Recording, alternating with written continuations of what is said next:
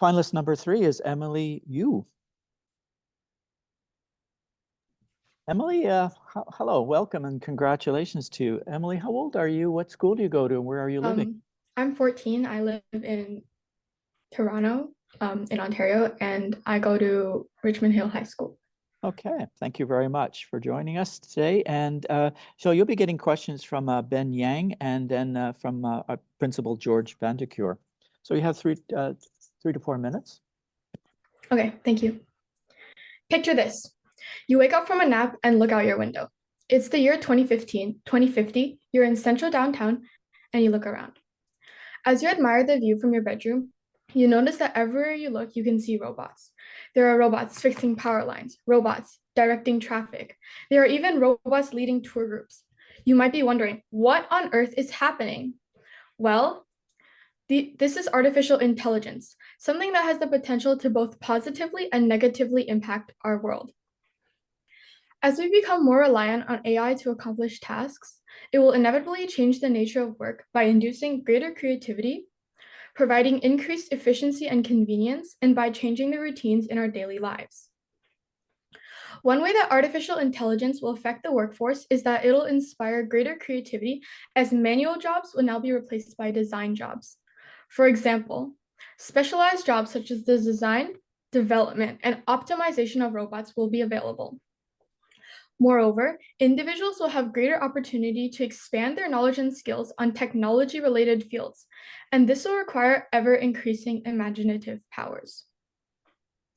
In addition to the plentiful ideas that AI brings, increased efficiency and convenience will be inevitable.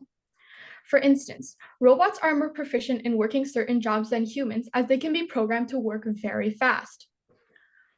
Furthermore, in comparison to a world where a laborer must be paid a certain hourly wage, robots can be purchased in a one-time fashion, and since they only require maintenance costs, it would be more cost-efficient than hiring a bunch of workers to perform these tasks instead. In addition to the effectiveness gained from using artificial intelligence, how we go about our daily routines will be changed, as we will now perform tasks differently with the use of artificial intelligence. For instance, when you go out to eat, you may be able to use a form of AI that allows you to send your order directly to the kitchen to be processed right after placing the order. Moreover, to ensure maximum customer satisfaction, AI might allow you to use surveys, follow-ups, and accommodate special requests, meaning that people will have better experiences. Artificial intelligence will change our future as it inevitably allows us to experience things we couldn't experience before. Furthermore, the creative jobs present, increased efficiency and convenience, and the new day-to-day routines will be observed in the workplace. As we become more accustomed to the use of technology in our lives, we will be able to achieve great things. Thank you. Thank you very much, Emily. Director from Wilfrid University, Ben Yang, do you have a question? Thank you, Emily. Thank you for that great presentation. Yeah, AI and jobs and AI and the future job is people are very preoccupied with that issue. A lot of people on the one hand are very inspired and excited about the future. On the other hand, they're also very scared. So when's my job be replaced?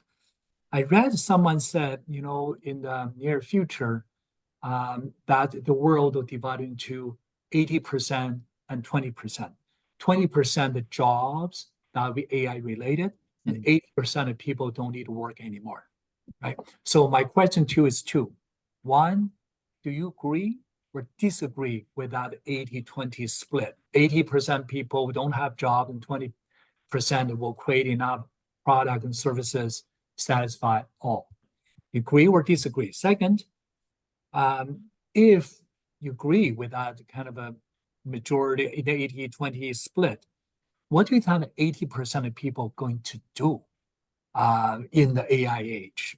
Because AI will, as you described, it wake up in the morning, pretty much everything can be done by AI, right? So yeah, I would probably, yeah, so that's my question for you. Yes, thank you for the question.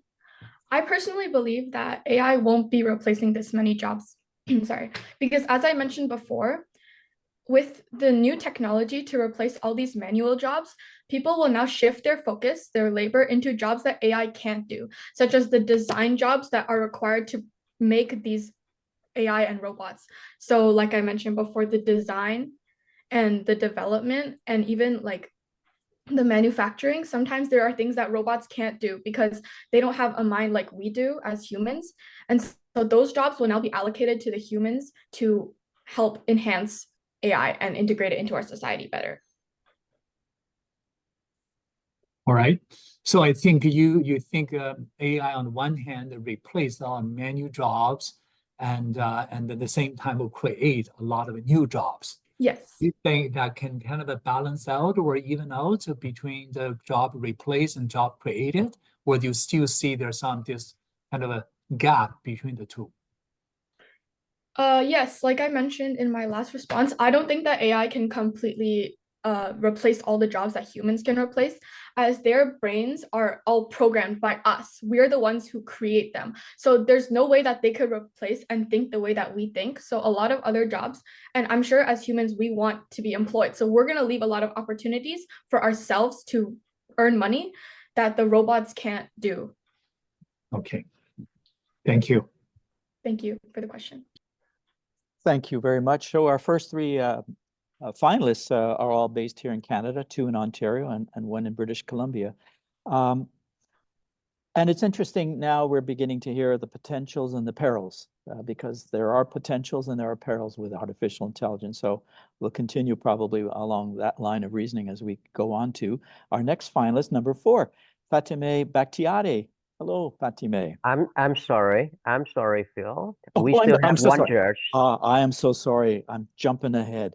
George, apologies to you, sir.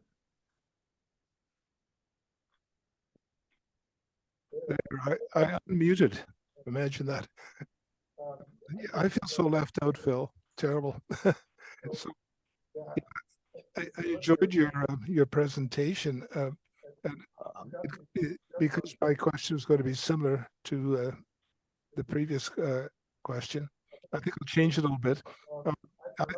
I like the idea about the restaurant, AI in a restaurant, and it can can customize things for us. For example, if you walk into a restaurant, it already knows your preferences, and assists the cook to like she likes salmon not well done. Most restaurants they overcook, right? But we like it kind of so. The restaurant we go to knows that. Do that, they wouldn't even have to know that. Can you suggest another area where AI is able to customize services or customize our environment so we don't have to think about it ourselves? Oh, yes. I think that AI can help with actually like parks. So if you want to go to a park and you want to go on a trail, like there's so many people in these trails, and like AI can recommend to you what trail you can go on. Because like usually there's like depending on your preferences, let's say you want a more steeper trail or you want a less steep trail, the AI can help you with determining which trail you can go on based off of other people's experiences. And then if you've been to that park so many times, and like let's say you, as soon as you walk in, you like log on, you input all your things, the AI will know that you've already done that, so then they'll recommend a trail that you go on, or maybe if you want to try something new, they'll recommend a more difficult trail for you to try. Yeah, that's great. But even though all the birds are located or something like that. Yes. Thanks, that was great. Thank you. Thank you very much. Thank you, George.